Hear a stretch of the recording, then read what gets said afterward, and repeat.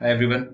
कल के टॉपिक से अपन कंटिन्यू करेंगे। एक क्वेश्चन मैंने आपको लास्ट में करवाया था, ठीक है, तो जिसमें आपको प्योरली रियल दिया था आयोटा बीटा वाला। अब अपन एक और क्वेश्चन करते हैं। लिखिए, अ complex number z is said to be a complex number z is said to be unimodular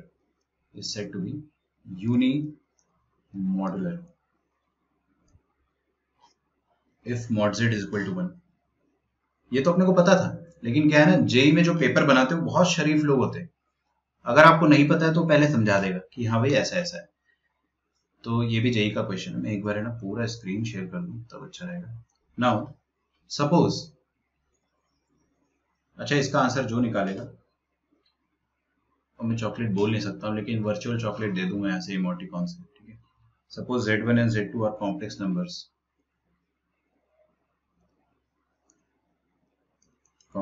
such that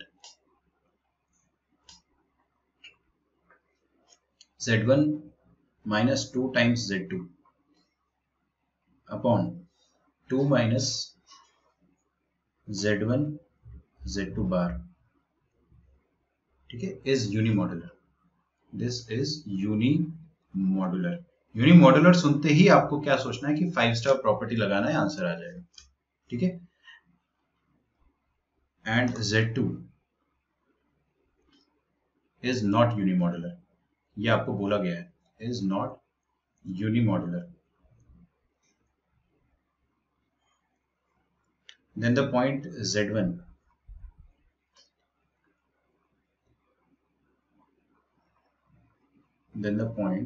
z1 lies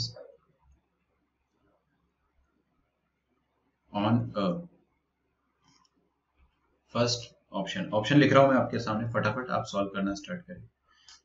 question लिख लो, ऐसा नहीं है कि बाद में क्वेश्चन लिखना, लिख लो प्लीज, है ना। Circle of radius 2, option number b, circle of radius root 2,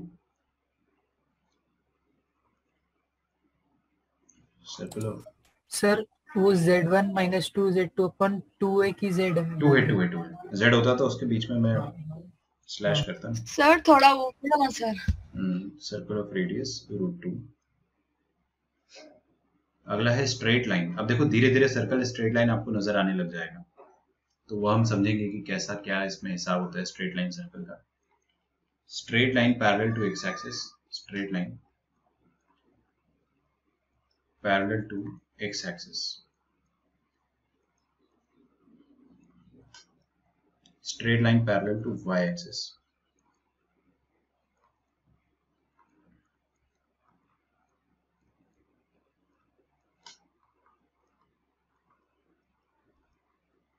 okay. So this question was asked in JEE Main 2015. 2015 mains का exam was one of the most toughest exams of all time, mains का। ये DPP में है क्या? अच्छी बात है, अगर है तो मेरे ख्याल से हो सकता है, बिल्कुल हो सकता है डीपीपी में, मेरे को याद नहीं है ना। तो आपके लिए वीकेंड में तोहफा रहेगा डीपीपी सॉल्व करने का। देखिए भाई, सबसे पहले आपको बोला है कि यूनिमॉड्यूलर की डेफिनेशन ये होती है, फिर बोला है z1 z2 कॉम्प्लेक्स नंबर है such that z1 minus 2 z2 upon 2 minus z1 z2 bar, this is unimodular. देखिए, तो सबसे पहली बात कि अगर कोई भी कॉम्प्लेक्स नंबर यूनिमॉड्यूलर होता है तो ये वाला कॉम्प्लेक्स नंबर जो है z1 minus 2 times z2 divided by 2 minus z1 into z2 बार, अगर ये वाला कॉम्प्लेक्स नंबर यूनिमॉड्यूलर है तो मैं इसको z3 बोल देता हूं थोड़ी देर के लिए ना, शांति मिलेगी। z3 यूनिमॉड्यूलर है। क्या बोला मैंने? z3 यूनिमॉड्यूलर है। सबसे पहली बात मैं आपको वो चीज बताऊंगा जो मेरे को मेरे टीचर हमेशा बोलते थे, कॉम्प्लेक्स नंबर का क्वेश्चन देख के मूड खराब हो जाना चाहिए आपका कि ये क्या बकवास है यार, है ना। हमेशा आपको ऐसा लगेगा कि दिस इज डिफिकल्ट, ये आपसे सॉल्व नहीं होगा, बिकॉज कभी भी कुछ चीज दिखती नहीं है इसके क्वेश्चन जब तक आप सॉल्व ना करें। तो अगर आपको देख के एकदम वैसी वाली फीलिंग आती है कि क्वेश्चन बहुत डिफिकल्ट है, इट इज नेचुरल, छोड़ना नहीं है क्वेश्चन को। अब आपको बोला है कि ये कॉम्प्लेक्स नंबर है, इट इज यूनिमॉड्यूलर, इसका मतलब क्या होगा? दिस इज यूनिमॉड्यूलर,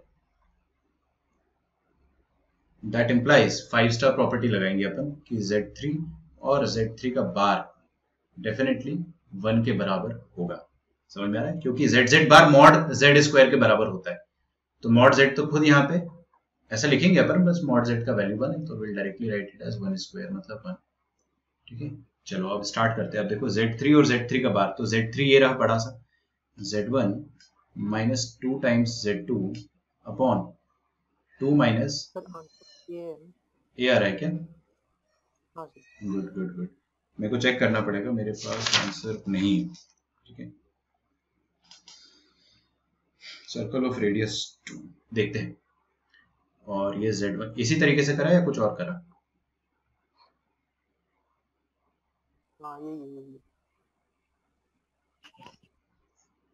यही तरीके से करा ना? हाँ सही है। देखो अपन क्या करेंगे, सेकंड वाले पे पूरा कॉन्जुगेट ले लेंगे।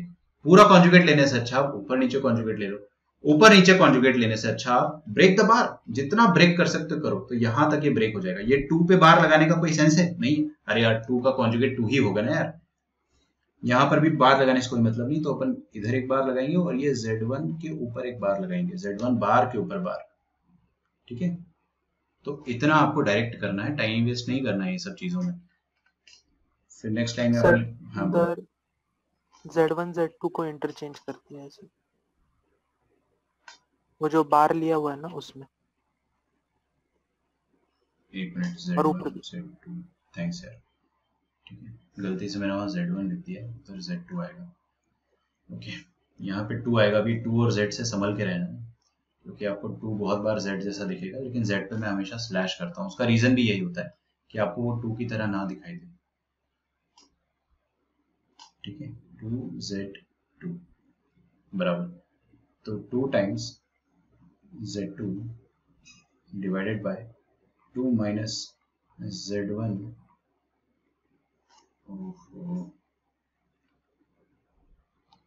ओके, तो इस क्वेश्चन में हमने क्या करा है मैं बता देता हूँ, बीच में थोड़ा सा पॉज आ गया था। कॉम्प्लेक्स नंबर को उसके बार से मल्टीप्लाई करा, यहाँ पे ऊपर बार आएगा, फिर उसको अपन ब्रेक कर देंगे इस तरह से, और फिर नेक्स्ट स्टेप में आप ये z2 बार बार को लिख दोगे z2। ठीक है, एंड देन विल मल्टीप्लाई। तो आप मल्टीप्लाई करोगे तो ऊपर न्यूमरेटर ही आएगा, आराम से देख लो। नीचे क्या आएगा, 2 into 2 4 और minus of 2 times z1 bar into z2। मुझे पता है इस स्टेप में गलती होगी, इस कारण धीरे धीरे कर रहा हूँ। देखो 2 टाइम्स सर न्यूमरेटर के 4 वाले टर्म में z2 बार आएगा, ये z1 लिखा है। z2 बार आएगा, सही है। अच्छा विवेक, आपने पूछा था कि z दिया है फिर z1 z2 का क्या, z उसमें सिर्फ डेफिनेशन बताई यहाँ पे। एक complex number z is said to be unimodular अगर उसका मॉड 1 के बराबर है तो। ठीक है, ओ अच्छा मुझे लगा ठीक है। नहीं वो बस उसने बता दिया कि अगर आपको पता नहीं है तो देख लो, उसको क्या पता है। मैंने पढ़ा नहीं उसे। तो 2 into 2 4, फिर 2 into z1 bar z2 minus 2 into z1 z2 बार और माइनस माइनस प्लस z1 बार और z2 z2 बार। चलो भाई यहां तक अपन पहुंचे, ये 1 के बराबर गिवन है, 1 के बराबर गिवन है, तो इस पूरे आइटम को मैं आरएचएस में लिख सकता था, है ना। मैं ये वाला स्टेप भी अवॉइड कर सकता था बच्चों। देखो ये वाले स्टेप में मैं डायरेक्ट डिनोमिनेटर को आरएचएस में लिखता, मेरा टाइम बचता ना, बट अभी समझाने के लिए तो पूरा लिखना ही पड़ेगा। अब नेक्स्ट स्टेप में देखते हैं अपन, z1 बार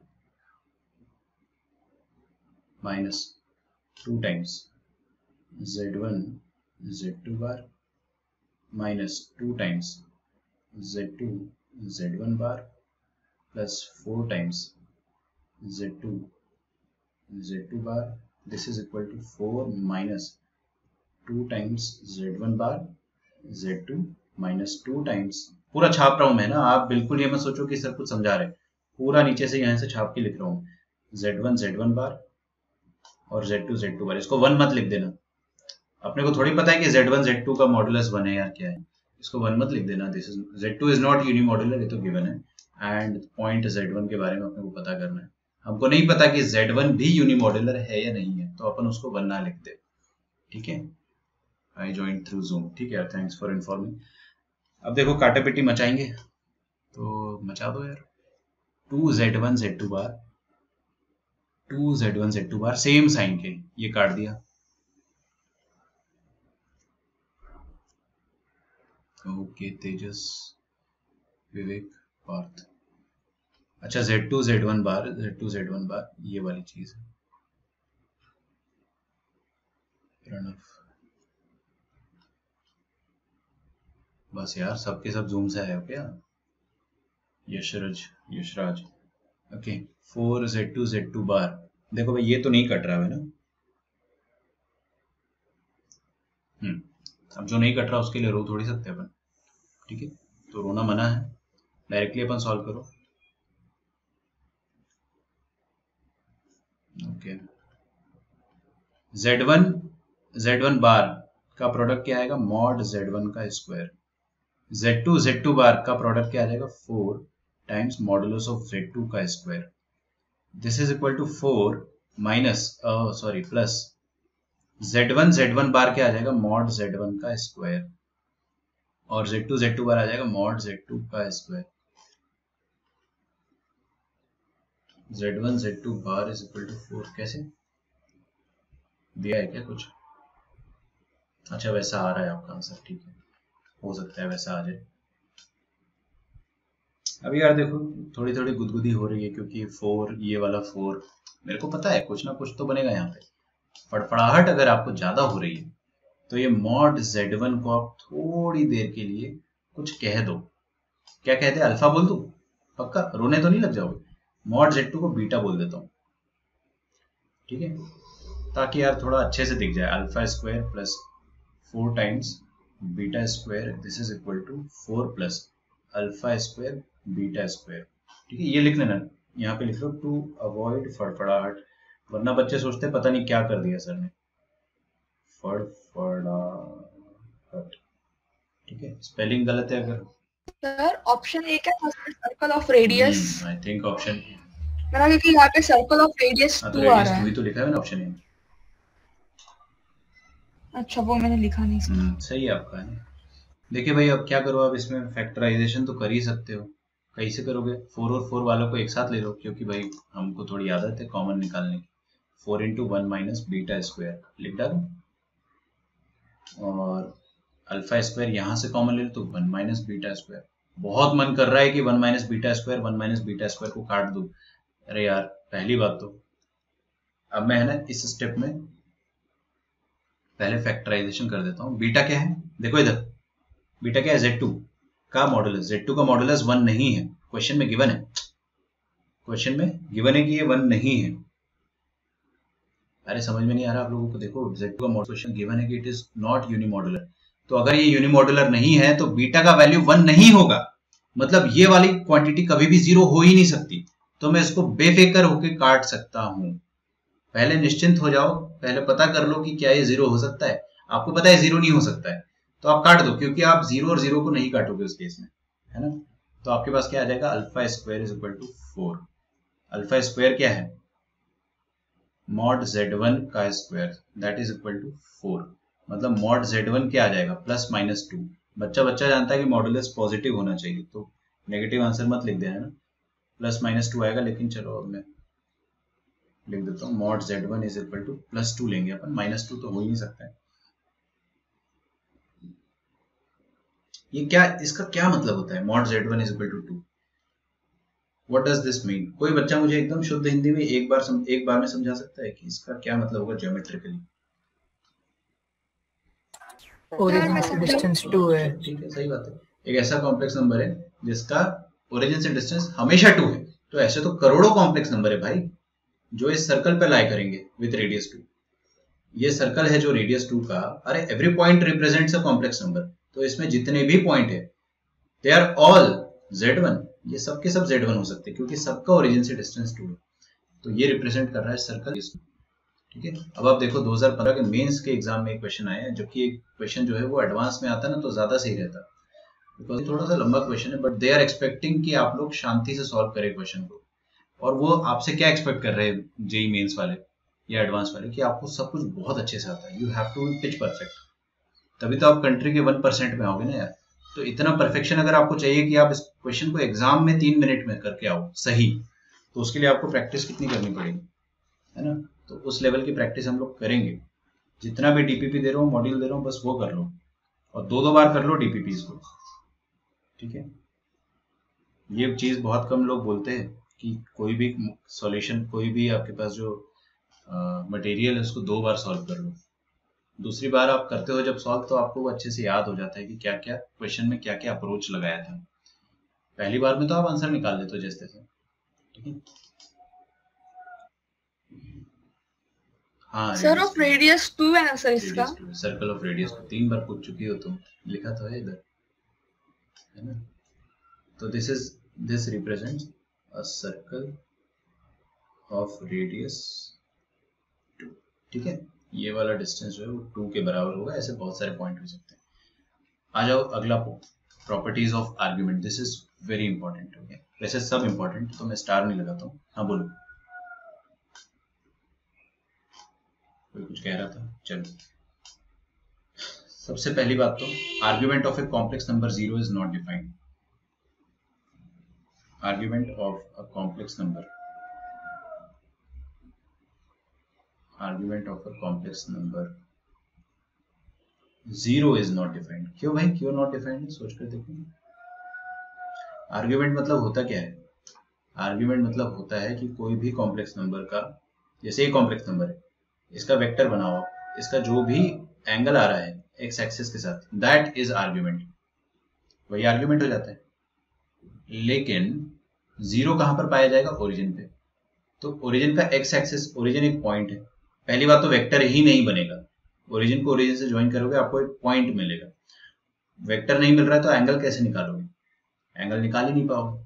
तो इसलिए आप इसका आर्गुमेंट डिफाइंड ही नहीं बोलते हो, ठीक है। तो याद रखना कि किसी भी कॉम्प्लेक्स नंबर का अगर फ्यूचर में आपको दिखता है कि आर्गुमेंट नॉट डिफाइंड आ रहा है, समझ जाना वो पॉइंट ओरिजिन है, ठीक है। मतलब 0 + 0 आयोटा। तो 0 + 0 iota, complex number 0, that is 0 + 0 iota is not defined. If Z is purely real, if Z is purely real, then argument of Z, देखो कुछ भी रटने वाली बात नहीं है, मैं लिखवाने से पहले आपको समझाना चाहता हूँ। समझो एक बात को, अगर कोई भी कॉम्प्लेक्स नंबर प्योरली रियल है तो वो कहां पर पाया जाएगा? एक्स एक्सिस के इस तरफ या फिर इस तरफ। समझ में आ रही है आपको बात? दोनों ही तरफ में। इधर अगर पाया गया प्योरली रियल मतलब रियल एक्सिस पर है, जैसे 2 रियल नंबर है, अपन बचपन से आज तक पढ़ते आ रहे हैं कि 2 इज अ रियल नंबर, ठीक है। और रियल नंबर का इमेजिनरी पार्ट क्या होता है? 0 होता है ना। तो वो रियल एक्सिस पर पाया जाएगा। तो उसका आर्ग्यूमेंट, 2 का आर्ग्यूमेंट क्या होगा? 0 डिग्री, ओके। और -2 अगर अपन ने लिख दिया तो वो भी एक रियल नंबर है बट नेगेटिव है, तो उसका आर्ग्यूमेंट क्या हो जाएगा? पाई। तो अपन समझ गए कि अगर एक नंबर प्योरली रियल है तो उसका आर्ग्यूमेंट या तो 0 होगा या तो पाई होगा। आप कभी भी सिर्फ 0 मत बोलना, ये गलती हो जाती है। कभी भी आपको दिया जाए कि एक कॉम्प्लेक्स नंबर प्योरली रियल है तो आप उसका आर्ग्यूमेंट क्या बोलोगे? या तो 0 या तो पाई। वी कैन नॉट से, बट हाँ ऐसा ऐसा कुछ भी हो सकता है, ठीक है। लिख डालो यहाँ तक। Third point is again very गलत नहीं लिख सकते, -पाई नहीं होता है। क्या होता है, आपको जब भी आर्ग्यूमेंट की रेंज दी जाती है वो -पाई टू पाई, -पाई पे ओपन प्लस पाई पे क्लोज होता है। तो अगर कोई नंबर इधर पाया जाता है एक्स एक्सिस के इस तरफ तो उसको अपन पाई बोलेंगे, -पाई नहीं बोलेंगे। ये रूल है, रूल बना दिया तो अपन नहीं बोलेंगे, ठीक है। तो -पाई पे ओपन होता है, याद रखना है ना। तो नॉट -पाई लिख दो प्लीज यहाँ पे, नॉट -पाई। उसका रीजन ये है, ठीक है। लॉजिकल डाउट था आपका, अच्छी चीज है, लेकिन ये सब पता होना चाहिए अपने को। If Z is purely imaginary,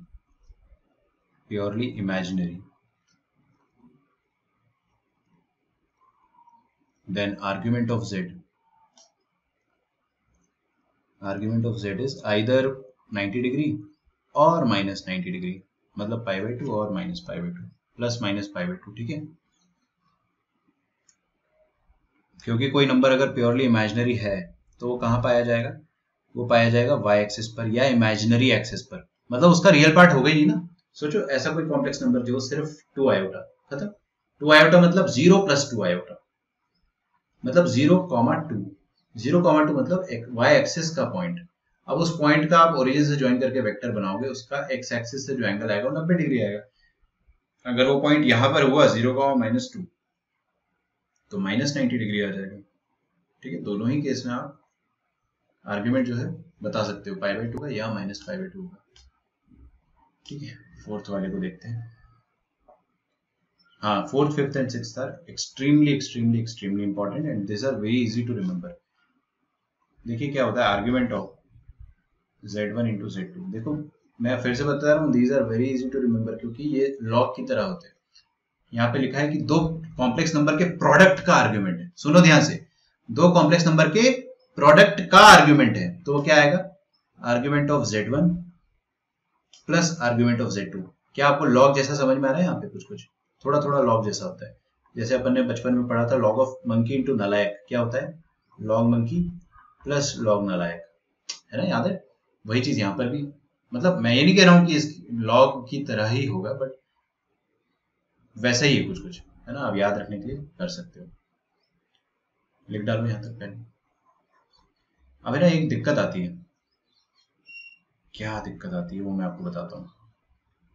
यहां पर ना आपको कुछ एक चीज परेशान करेगी, दैट इज 2n पाई। ठीक है, लिखो मैं समझाता हूँ ये क्या है। इतनी अच्छी लाइट चल रही थी, एकदम से डरा दिया। For some integer n, for some integer n, ठीक है। इसका मतलब क्या है मैं आपको समझाता हूं, लेकिन पहले ये 2n पाई को, 2n पाई को आप इग्नोर कर दो, कोई दिक्कत की बात नहीं, मैं आपको समझा दूंगा, दैट इज वेरी इजी। इसका प्रूफ अगर आपको चाहिए, मान लो एक कॉम्प्लेक्स नंबर अपने पास ऑयलर के फॉर्म में है। ऑयलर फॉर्म में क्या है, r1 into e to the power iota theta 1। इसका आर्ग्यूमेंट बताओ जल्दी से, थीटा 1, ओके। और एक कॉम्प्लेक्स नंबर अपने पास है z2, that is r2 into e to the power iota theta 2। सही बात है। आपको ये तो पता है कि अपन कोई भी कॉम्प्लेक्स नंबर को पोलर में लिख सकते हैं, पोलर से ऑयलर में लिख सकते हैं, तो ऑयलर में लिखो ना, ऑयलर कितना सुंदर होता है। फिर इन दोनों को मल्टीप्लाई कर दोगे तो LHS मल्टीप्लाई हो जाएगा z1 z2, और RHS मल्टीप्लाई हो जाएगा r1 r2 इंटू ई की power iota theta 1 plus theta 2 आ जाएगा यहाँ पे, क्योंकि पावर्स ऐड हो जाएगी। ठीक है, तो ये आर्ग्यूमेंट आ जाएगा आपके पास z1 z2 का, क्या आ जाएगा आर्ग्यूमेंट, थीटा 1 प्लस थीटा 2। लेकिन यार सवाल ये है कि सर ये 2n पाई कहां से आया, इसकी क्या जरूरत पड़ गई अपने को। देखो क्या होता है, समझते हैं, पहले लिख लो आप, है ना, फिर मैं समझाऊंगा, तो फिर क्या आप लिखते रह जाओगे।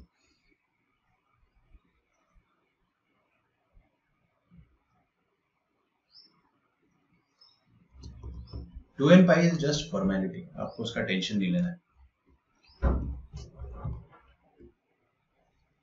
देखो मैं आपको है ना एकदम एक बार में क्रिस्टल क्लियर समझा देता हूँ कि 2n पाई का मतलब क्या। ठीक है, सुनो ध्यान से। अगर मेरे पास एक कॉम्प्लेक्स नंबर है और वो कॉम्प्लेक्स नंबर इस तरह से है कि ये रहा पहला कॉम्प्लेक्स नंबर z1 और ये रहा दूसरा कॉम्प्लेक्स नंबर z2। कोई भी बच्चा लिखेगा नहीं, मैं सच बता रहा हूँ, कोई भी मत लिखो प्लीज। अगर ये z1 का x एक्सिस के साथ एंगल बनता है कुछ 100 डिग्री, और z2 का x एक्सिस के साथ जो एंगल बन रहा है मैं मान लेता हूं कि वो है 150 डिग्री। ठीक है, तो आप फॉर्मूला लगा लो बस। अब आप फॉर्मूला लगा लो कि दोनों का प्रोडक्ट जब होगा, आर्ग्यूमेंट ऑफ z1 z2, ठीक है ना। आई होप आप लिख नहीं रहे हो अभी, ध्यान से देखो। आर्ग्यूमेंट ऑफ z1 z2 अगर अपन सिर्फ इतना लिख देते हैं, argument of z1 plus argument of z2, तो आपको क्या मिलता है आंसर, 100 प्लस 150। आ रहा है समझ में? तो आंसर क्या आ जाता है, 250। लेकिन आर्ग्यूमेंट तो भाई -180 से +180 के बीच में होना चाहिए, -पाई से +पाई के बीच में होना चाहिए। अरे इसका मतलब समझो, -पाई का मतलब क्या होता है कि आपने अगर इधर से मेजर करा तो 180 से आगे नहीं जाना है। ठीक है, अगर 180 से आगे जाने की नौबत आ रही है तो अपन पीछे से मेजर करते हैं, बस यही है आर्ग्यूमेंट का मतलब। लेकिन अगर आपका आंसर 250 आ रहा है तो मतलब आप थर्ड क्वाड्रेंट पे पहुंच गए हो, और ये 250 जो है वो पाई के आगे का होता है, 180 के आगे का होता है। मैं डिग्री में लिख देता हूं ताकि आप लोगों को दिक्कत ना जाए। It should be between -180 degree to +80 degree, 180 degree closed. Okay, तो थर्ड क्वाड्रेंट में अपन पहुंच गए। अब इसको दोबारा औकात में लाना पड़ेगा, है ना, -पाई टू पाई के बीच में लाना पड़ेगा। तो आप क्या करते हो, उसमें कुछ जोड़ दो, एनी मल्टीपल ऑफ 2 पाई का कोई भी मल्टीपल जोड़ दो जो आपको आंसर दे दे।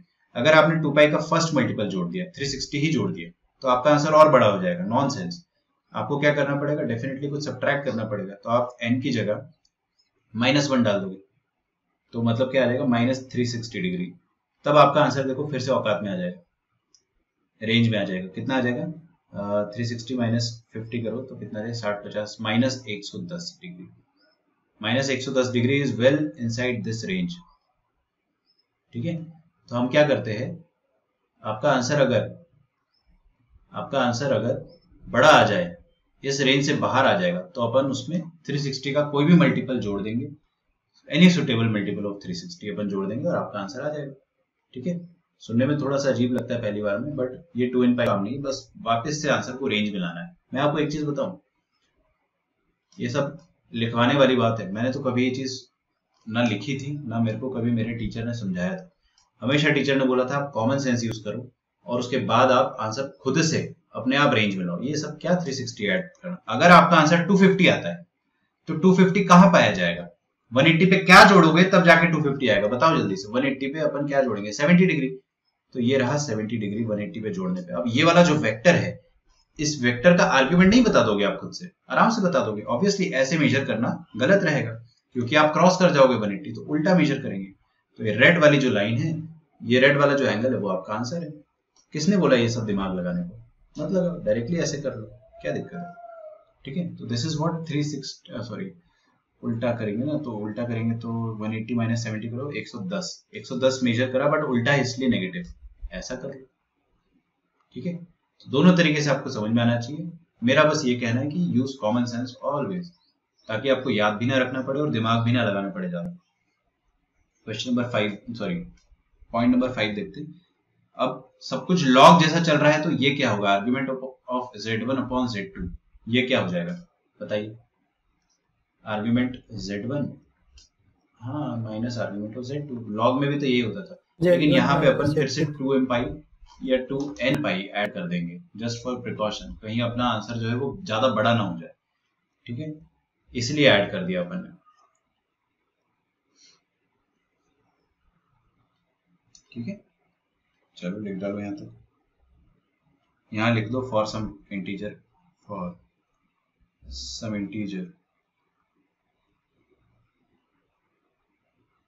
n।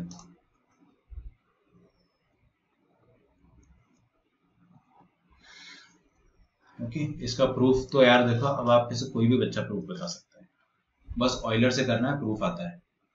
तो मैं प्रूफ आपको बता देता हूँ ताकि आपको थोड़ा फील गुड फैक्टर आ जाए कि भाई प्रूफ तो बहुत इजी है। प्रूफ क्या है, कोई एक कॉम्प्लेक्स नंबर अपन लिख देते हैं, z1 है r1 इंटू e की पावर में आयोटा थीटा 1। नहीं, औकात में आया तो फिर ये करने की जरूरत नहीं। ठीक है, बहुत रेयरली होगा औकात में आएगा। मैं आपको बताऊं क्यों, क्योंकि कई बार क्या होता है ना, आर्ग्यूमेंट आपका जनरली दो एक्यूट या दो ऑब्ट्यूज एंगल होते हैं। जैसे बहुत छोटे छोटे एंगल हुए 30 डिग्री 40 डिग्री, तो 70 डिग्री औकात में कोई दिक्कत नहीं, उस केस में दिक्कत नहीं आती। दिक्कत कब आती है, जब दोनों नंबर सफिशिएंटली बड़े हो, दोनों एंगल सफिशिएंटली बड़े हो कि 180 से क्रॉस तो कर ही जाएंगे। उस केस में अगर औकात में है तो फिर कुछ करने की जरूरत नहीं है। r2 इंटू ई की पावर में आयोटा थीटा 2। अब इन दोनों का आप क्या करो, डिवीजन कर दो, तो z1 अपॉन z2 ये आ जाएगा r1 upon r2 into e to the power iota theta 1 minus theta 2 आ जाएगा। आई होप आपको इतना समझ में आता होगा।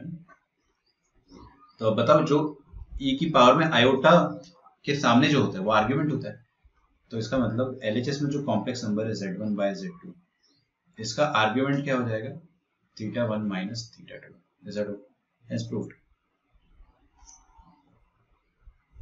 अगला देखते हैं अपन 6th, argument of z to the power n। कोई भी गेस करके बताओ मुझे, अब तक लॉग जैसा चल रहा है तो अभी भी चलेगा, बताओ क्या आना चाहिए इसके बाद।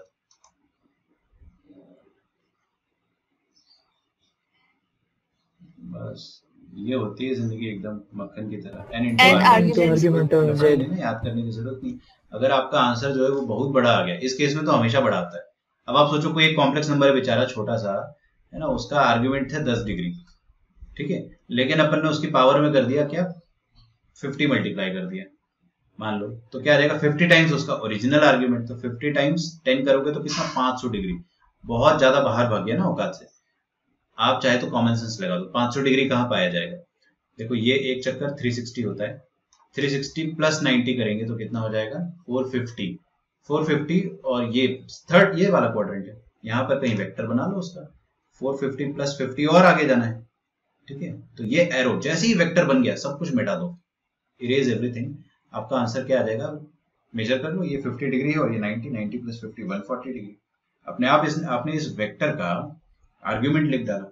लेकिन अगर फड़फड़ाहट हो रही है तो आप क्या करो, 500 में क्या ऐड करेंगे, 360 ऐड करोगे, मजा आएगा? बिल्कुल नहीं, 860 हो जाएगा। ये तो छोटा करना है ना, तो डेफिनेटली सब्ट्रैक्ट करेंगे। माइनस 360 करने पे काम हो जाएगा क्या, सोच के देखो, माइनस 240, ना ना ना, बिल्कुल मजा नहीं आया। तो आपको क्या करना पड़ सकता है, माइनस ऑफ 720 करना पड़ सकता है उस केस में, ठीक है। और मेरा इरेजर आ नहीं रहा है, हाँ ये आ गया। तो आपको सब्ट्रैक्ट तो करना, बट 360 सब्ट्रैक्ट करना इनफ नहीं है। So what you might have to do, 360 400, मेरे ख्याल से आ गया था 360 से, नहीं 60 300 सब्ट्रैक्ट करो कितना आ जाएगा, 200, फिर 60 करो तो 140 आ रहा है ना, खत्म। मैं माइनस पता नहीं क्यों ही बोल दिया, फिर आ रहा है ना 360, 140 आ जाएगा। वो दिमाग लगाने वाली बात है, खैर मैं इसके क्वेश्चन कराऊंगा आपको, तो आप है ना टेंशन मत लो। तो यहाँ पे अपन क्या करेंगे, plus 2n pi for any suitable integer n, ठीक है, फॉर सम अप्रोप्रिएट इंटीजर, मैंने ऊपर अप्रोप्रिएट वर्ड यूज नहीं करा होगा, अप्रोप्रिएट इंटीजर n, ठीक है। प्रूफ करने की जरूरत तो नहीं, लेकिन फिर भी कर देते हैं, अपने को इतना भी मुश्किल नहीं है प्रूफ। प्रूफ ये है कि ऑयलर फॉर्म में अगर एक लिखा है r1 into e to the power iota theta, theta 1, और z2 लिखा है r2 into e to the power iota theta 2, ठीक है। तो अच्छा, z2 की तो जरूरत ही नहीं है यार, क्या कर रहे हो, एक ही तो कॉम्प्लेक्स नंबर है, तो सिर्फ z लिखते हैं, z लिखते सिर्फ। और आपको क्या करना है, इसको z की पावर में कुछ डालना है, तो z की पावर में आप नालायक डाल दोगे तो क्या आ जाएगा, r1 की पावर में नालायक और e to the power iota नालायक थीटा। तो ये नालायक थीटा जो है अब वो नया आर्ग्यूमेंट बन गया, ठीक है। तो आर्ग्यूमेंट ऑफ z इज नालायक theta. Obviously this is not principal argument, ये जनरल आर्ग्यूमेंट हो सकता है, क्योंकि अगर वो औकात से बाहर निकल गया तो वो जनरल आर्ग्यूमेंट है। आपको इसको औकात के अंदर लाना है तो आप कॉमन सेंस यूज करो, बिल्कुल भी कुछ रटने की जरूरत नहीं है, ठीक है। क्वेश्चन करते एक छोटा सा,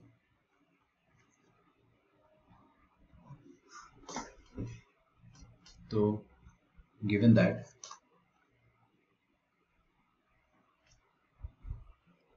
argument of a complex number z is 60 degree, ठीक है। आपको क्या फाइंड करना है, you have to find argument of a complex number z to the power 4, ठीक है। पहले तो मैं चाहूंगा कि आप लोग खुद से करो और हमेशा आंसर रेडियन में निकालने की आदत डालो, ठीक है। ऐसा नहीं कि जबरदस्ती डिग्री में कन्वर्ट करोगे आपका आंसर आ जाएगा, थोड़ा टाइम वेस्ट होगा। और रेडियन से दोस्ती होनी चाहिए अपनी, एफर्टलेसली आपको एंगल आने चाहिए दिमाग में, ठीक है। तो आर्ग्यूमेंट ऑफ ये अगर इतना दिया हुआ है,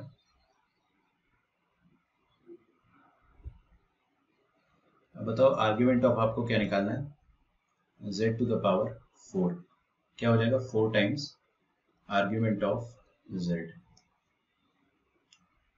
माइनस 2 पाई बाई 3, अच्छा सही है, बढ़िया। मतलब क्या आ जाएगा, 4 times original argument that was pi by 3।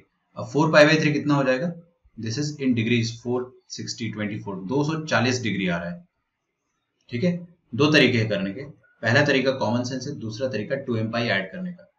तो पहला तरीका है कि आप कॉमन सेंस से वेक्टर बनाओ, और दूसरा तरीका है कि प्लस 2n पाई कर दो, ठीक है। सबका आंसर सही है, मैं तो कॉमन सेंस यूज करूंगा। देखिए 240 डिग्री कहाँ मिलेगा, ये 180 होता है, दिस इज 180 ना, तो और ये 270 होता है, तो 240 इसके बीच में ही आएगा कहीं। अरे यार ये इरेजर भी ना, 240 180 प्लस 60 करेंगे, अगर अपन 60 डिग्री ऐड करेंगे तो अपने को ये एक वेक्टर मिलेगा जो कि डिजायर्ड वेक्टर है। अब आपको इसका एंगल मेजर करना है, आगे से मेजर करोगे तो 180 क्रॉस कर जाएगा, तो अपन पीछे से मेजर कर लेंगे, तो ये वाला एंगल आएगा लाल वाला, ये लाल वाला एंगल कितना है, 180 माइनस 60 120, नेगेटिव ऑफ 120, 120 तो मैं अच्छे से जानता हूँ 2π/3 होता है, तो आपका आंसर आ जाएगा -2π/3। This is the principal argument. ठीक है, ये प्रिंसिपल आर्ग्यूमेंट है ARG ऑफ Z। आप इसको, इस वाले आर्ग्यूमेंट को आप एम्पलीट्यूड भी बोल सकते हो। ऊपर वाला एम्पलीट्यूड नहीं था, ऊपर वाला जनरल आर्ग्यूमेंट था, ये प्रिंसिपल है, और प्रिंसिपल का दूसरा नाम एम्पलीट्यूड होता है। यहाँ पर देख लो आप, 2nπ ऐड करने का मतलब क्या है कि आपने 4π/3 लिखा, अब इसमें 2nπ अपन ऐड करेंगे फॉर सम सुटेबल इंटीजर, है ना। अब अगर मान लो आपने n का वैल्यू बच्चों 1 रख दिया तो बड़ा आ जाएगा ना आंसर। आंसर छोटा करना है तो n का वैल्यू नेगेटिव रखेंगे अपन, तो हम लोग क्या करेंगे, n का वैल्यू -1 रख देंगे। मेरे ख्याल से -1 बोल दो, 4π/3 -2π, 3 to 6, 4 - 6 -2π/3। क्या औकात के अंदर आ चुका है? यस, बिल्कुल आ चुका है। आप चाहे तो ब्रैकेट में हमेशा लिखिए कि -120 डिग्री वेल विद इन औकात। ठीक है, मेरे को ये सब लेकिन पसंद नहीं है। हमेशा आप दिमाग लगाओ, आपको भगवान ने दिया है सफिशिएंट दिमाग, आंसर आता है। ठीक है, एक और छोटा सा क्वेश्चन करते हैं कि given argument of Z1 is equal to π/2, argument of Z2 is equal to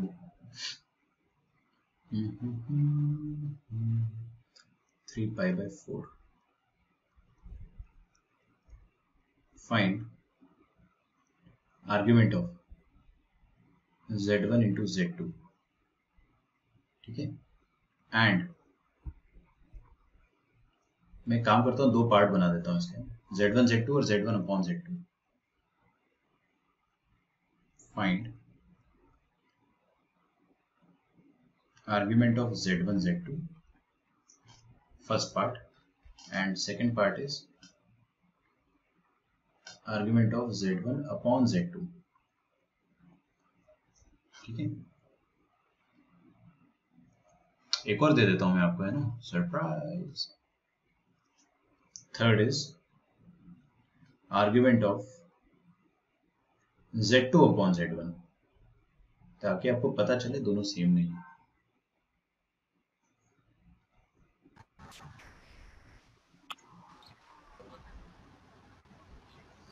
करो भाई, इसको आप लोग सॉल्व करो। पहला वाला, दूसरा वाला, तीसरा वाला। डिग्री में कन्वर्ट करने की आदत अच्छी है, कोई बुरी नहीं है, it's okay.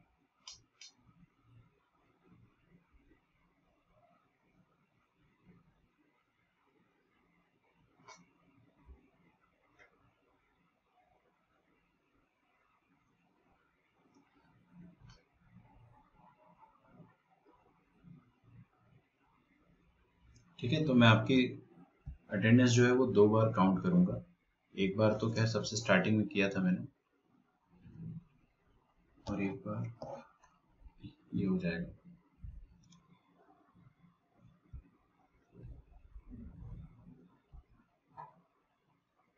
Good good good, very good.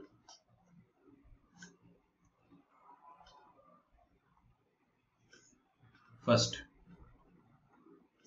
Argument of Z1 Z2 क्या होता है? दोनों का इंडिविजुअल आर्ग्यूमेंट का सम। तो argument of Z1 plus argument of Z2। ठीक है, देख रहा हूं मैं आप सबके आंसर। Z1 का आर्ग्यूमेंट क्या है बच्चों? π/2। Z2 का आर्ग्यूमेंट क्या है? 3π/4। ठीक है, 3π/4। तो हम लोग क्या कर देंगे, 3π/2 इसको 2π/4 बोल सकते हैं, तो 5π/4 आ जाएगा फाइनल आंसर। लेकिन देखो क्या ये औकात में है या औकात से बाहर है। अगर आपको लगता है कि आपको इसको डिग्री में कन्वर्ट करना चाहिए तो कर लो, कोई दिक्कत नहीं है, आपका आंसर सही आना चाहिए। हाँ ठीक है, कीबोर्ड स्विच करना पड़ता है इसलिए डेसिमल, कोई बात नहीं, मैं समझ जाता हूँ, मैं बहुत समझदार आदमी हूँ। आप बस लिख दो आंसर। ये हो गया भाई, 5π/4 मतलब क्या आ जाएगा? 4π/4 ये हो जाता है, सही है। तो 5π/4 ये थर्ड क्वाड्रेंट में आएगा। मतलब आप इसको डिग्रीज में अगर लिखना चाहते हैं तो 45 डिग्री को 5 से मल्टीप्लाई करना है। 4 से मल्टीप्लाई करते तो 180 आता है, है ना, 45 प्लस 45 90 और 90 प्लस 90 180, एक और 45 कर दोगे तो 225 डिग्री आएगा। 225 कैसे आएगा बच्चों? जब आप 180 पे 45 ऐड करोगे तो आपको बस वेक्टर का लोकेशन पता करना है। लोकेशन पता कर लो, उसके बाद रेड कलर की इंक चला दो। अब आप कैसे मेजर करोगे? ऐसे? ना ना ना, 180 से एक्सीड कर जाएगा, तो उल्टा मेजर करो। उल्टा मेजर करो मतलब कितना हो जाएगा? Minus of 135 degree. So this is going to be minus of 3π/4। अपने को तो एंगल रटे होने चाहिए डिग्रीज में भी, माइनस 3π/4 या माइनस 135 डिग्री। फर्स्ट वन आप सबका करेक्ट है। सेकेंड वाला मैं देखता हूँ। सेकेंड वाला है argument of z1 bye z2। ये होता है क्या? Argument z1 minus argument of z2। ठीक है, तो argument of z1 minus z2 हो जाएगा π/2 माइनस 3π/4। ठीक है, पार्थ का भी सही है, आर्या, तेजस, भक्ति, ऋचा, लावण्य, प्रणव, विवेक, अमर, अद्वैत। ठीक है, काफी बच्चों का सही आ गया। सब्ट्रैक्ट कर देते, 90 माइनस 135 करोगे, या तो एलसीएम से कर दो तो 2π माइनस माइनस π/4 आ जाएगा। एकदम औकात के अंदर है, तो कोई कुछ करने की जरूरत नहीं। This is your final answer. ठीक है, लिख लो यहाँ पे, वेल विद इन औकात या range, therefore don't add 2 in pi, not required। Okay, मैं इसलिए लिखवा दे रहा हूँ क्योंकि आप कुछ महीनों बाद रिवाइज करोगे ना, तो आपको ये सब बड़ा आसान लगेगा जब नोट्स अच्छे से बने होते हैं। नाइस, तो उल्टा कर दिया मैंने यहाँ पे, argument of z2 bye z1, क्या बदल जाएगा? आंसर नेगेटिव आ जाएगा बस। तो argument of z2 minus argument of z1। ठीक है, तो आर्ग्यूमेंट ऑफ z2 क्या आ जाएगा अपने पास? 3π/4। आर्ग्यूमेंट ऑफ z1 क्या आ जाएगा? π/2। 135 माइनस 90 कितना आ जाएगा? 45 डिग्री। अब मैं 45 तो नहीं लिखना चाहूंगा, इसको हम लिखेंगे π/4 और 45 degree, well within range. तो this is your final answer. ठीक है, चलो अब अपन करते हैं असली क्वेश्चंस। ठीक है, फाइटर्स वाले question.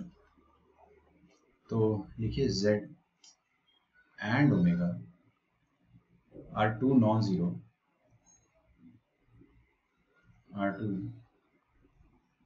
non-zero complex numbers such that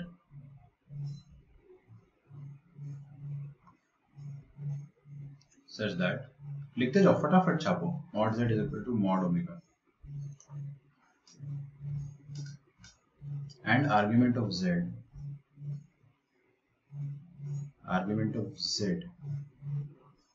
plus argument of omega is equal to pi, then z equals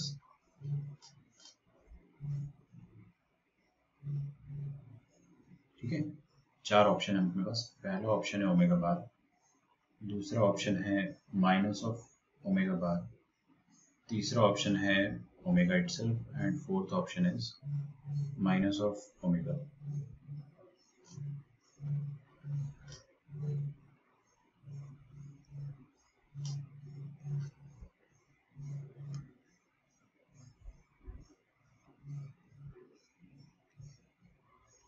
ठीक है, चलिए पहले आप इसको लिख लो। बी बता रहे हो? B is correct, very good. कैसे करें सर? बी है क्या? मेंटली करा, बोल के बताओ सर मेंटल। सर वो मतलब ग्राफ इमेजिन किया, देखो 180 कब होगा? तो दो कॉम्प्लेक्स नंबर का आर्गुमेंट का एडिशन, मतलब जब z और ओमेगा रियल एक्सिस पर हो, उस तरफ लेफ्ट साइड पे, तो उसका इमेजिनरी पार्ट 0 होगा।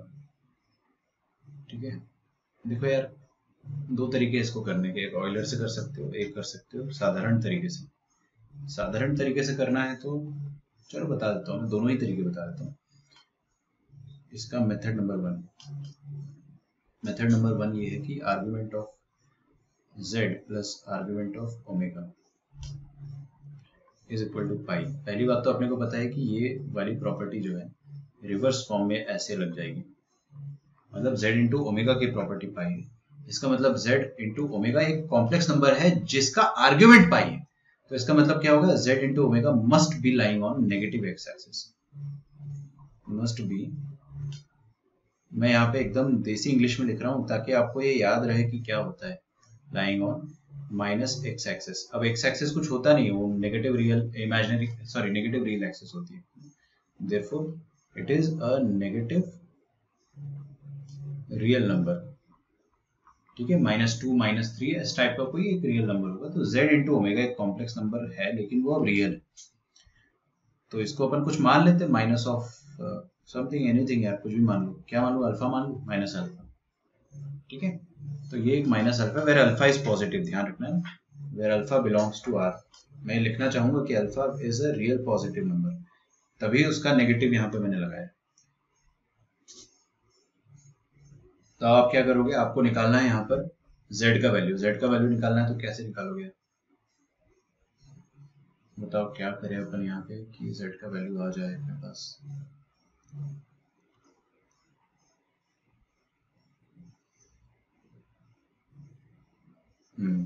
दोनों तरफ मॉड ले लो उसमें ना।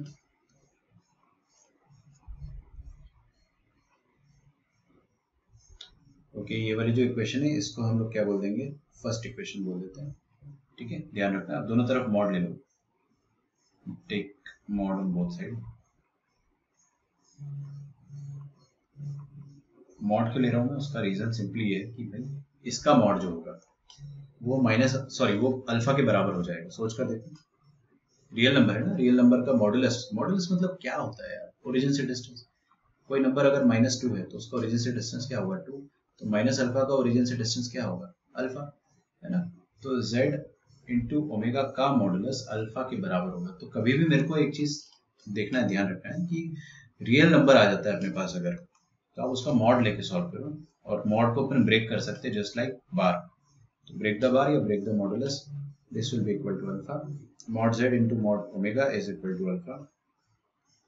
बोलो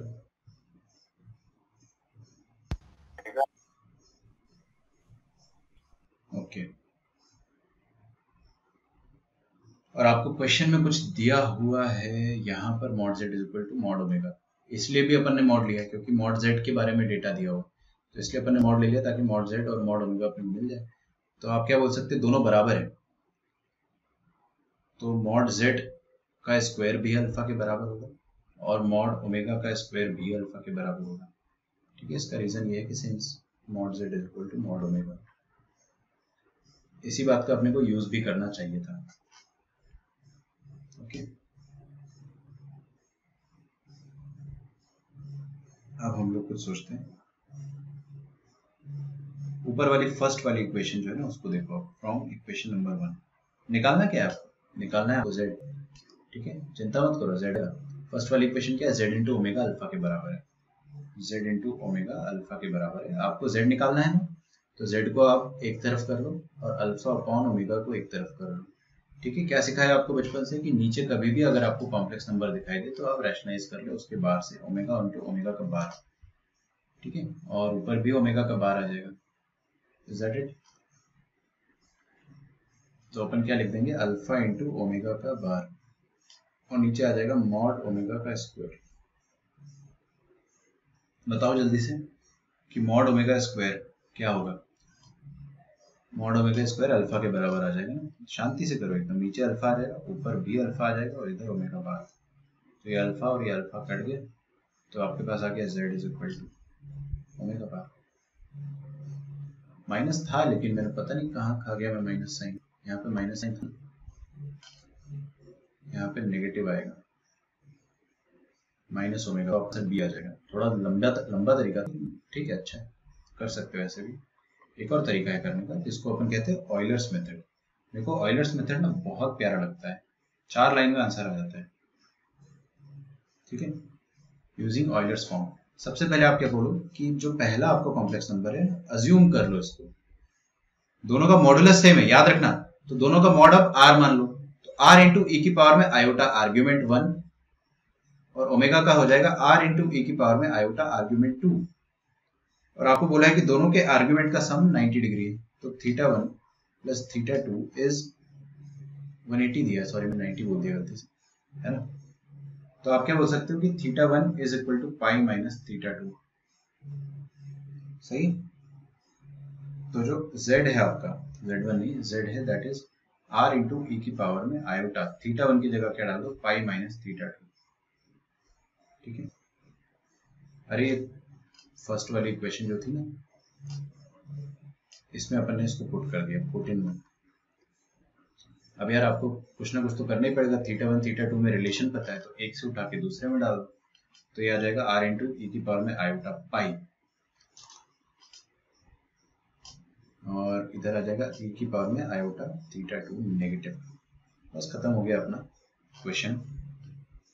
अब मेरे को ये बताओ, ये एक और एक ऑयलर फॉर्म है, this is some Euler form, क्योंकि e की पावर में आयोटा करके जो भी आता है वो क्या होता है, एक मिनट रुक जाओ सर, पूरा टाइप कर दिया करो। हाँ मैं क्या बोल रहा था कि ऑयलर e की पावर में आयोटा पाई -1 होता है, ये -1 होता है, मैंने आपको स्टार्टिंग में समझाया था ना, तो ये माइनस r लिखा हुआ है बाहर, ठीक है, sorry -1 minus r not z is equal to r।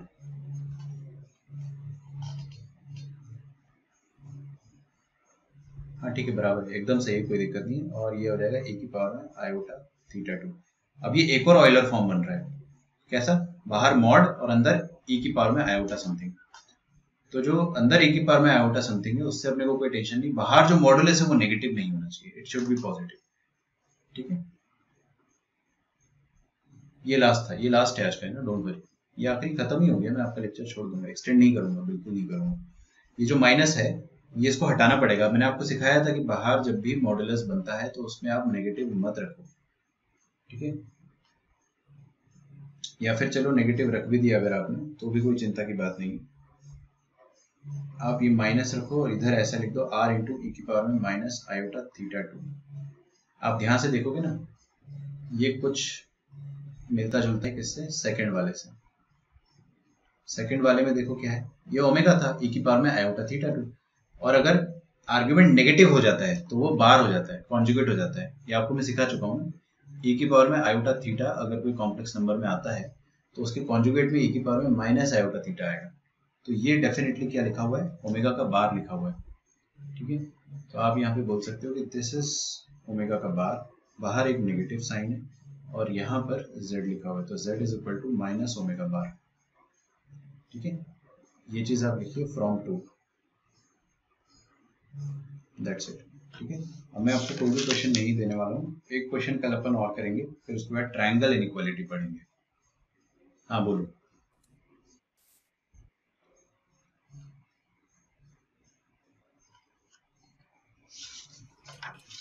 Sir वो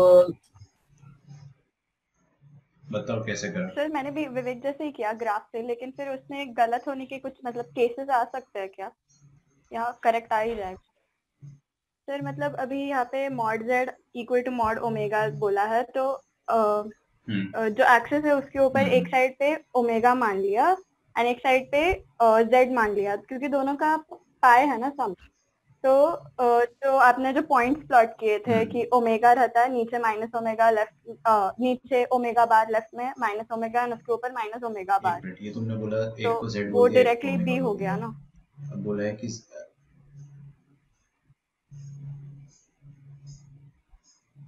हाँ सही है, हाँ राइट वाले और ओमेगा बोला, तो उसके लेफ्ट का ऑटोमेटिकली माइनस ओमेगा बार हो क्या जाएगा। गड़बड़ हो जाएगी।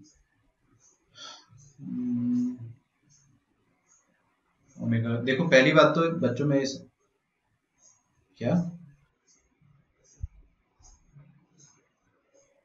हाँ वही ऑप्शन कुछ और होता तो करना पड़ता, लेकिन मैं वही सोच रहा हूँ कि मान लो इसका आर्गुमेंट अगर 30 डिग्री और इसका आर्गुमेंट 150 डिग्री, दोनों का सम हो गया 180, तो मतलब दोनों एक दूसरे के मिरर इमेज है।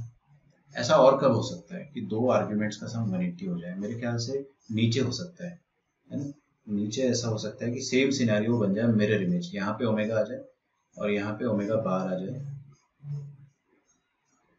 तो अगर इसका आर्ग्यूमेंट -30 हुआ और इसका आर्ग्यूमेंट, तो वो -180 हो जाएगा। -180 नहीं चाहिए मेरे को, पॉजिटिव चाहिए।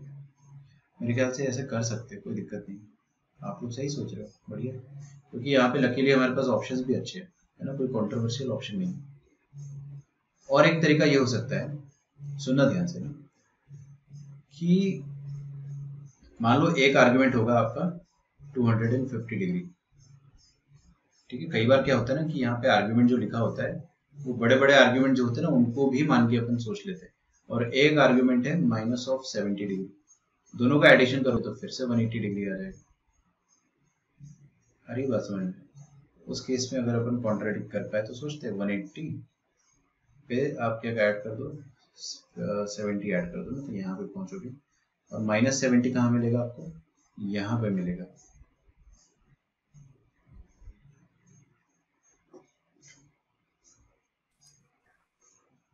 सर पर अगर सिर्फ आर्ग्यूमेंट बताया लिखा है और लेकिन कुछ क्या होता मेंशन है, नहीं यही किया वाला है तो इतना फिर शरीफ वो नहीं होते। कई बार वो लोग प्रिंसिपल आर्ग्यूमेंट क्या प्रिंसिपल होता है, आर्ग्यूमेंट 250 मेंशन कैसे नहीं किया है देंगे? उन्होंने। वैसे तो नहीं किया तो अपने को उसको जनरल आर्ग्यूमेंट नहीं बोलना चाहिए, बट मैं एक एंगल लगा के सोच रहा हूँ, है ना। वैसे तो अपन प्रिंसिपल मान के ही करेंगे, लेकिन मैं सोच रहा हूँ कि अगर वो लोग जनरल मान के इसको करवाना चाहे तो एक वही कॉन्ट्रडिक्शन हो सकता है, अदरवाइज कोई कॉन्ट्रडिक्शन नहीं हो, ठीक है।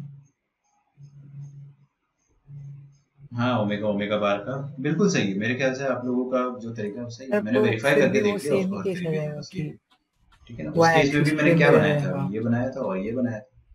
तो ये नंबर जो भी होगा उसका कॉन्जुगेट का नेगेटिव होगा ये वाला नंबर, क्योंकि कॉन्जुगेट मतलब ये मिरर इमेज और नेगेटिव मतलब, अच्छा ऐसे सोच लो ना, इसका एकदम अपोजिट देंगे तो माइनस ओमेगा और उसका मिरर इमेज नीचे -ओमेगा बार।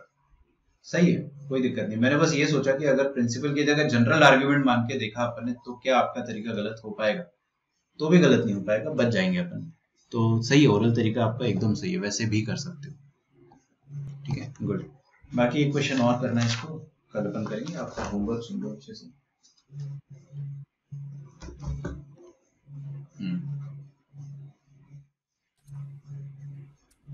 सर ये जो आपने ऑयलर फॉर्म से किया ना, कुछ नहीं होगा, तो कुछ नहीं उसमें होगा। z और ओमेगा को मल्टीप्लाई करके किया तो आएगा कुछ होगा आपका क्या? θ1 + θ2 आ जाएगा, क्योंकि फिर वो वो पाई हो जाएगा, r² इंटू e की पावर में आएगा -r² θ1 आ + जाएगा।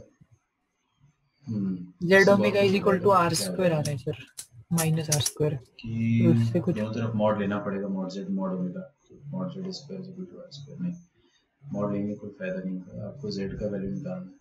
नहीं यार, कुछ कंक्लूड मतलब फिर वो ऐसे ही करना पड़ेगा अपने को, ऐसे इस तरीके से ही करना पड़ेगा अपने को कुछ,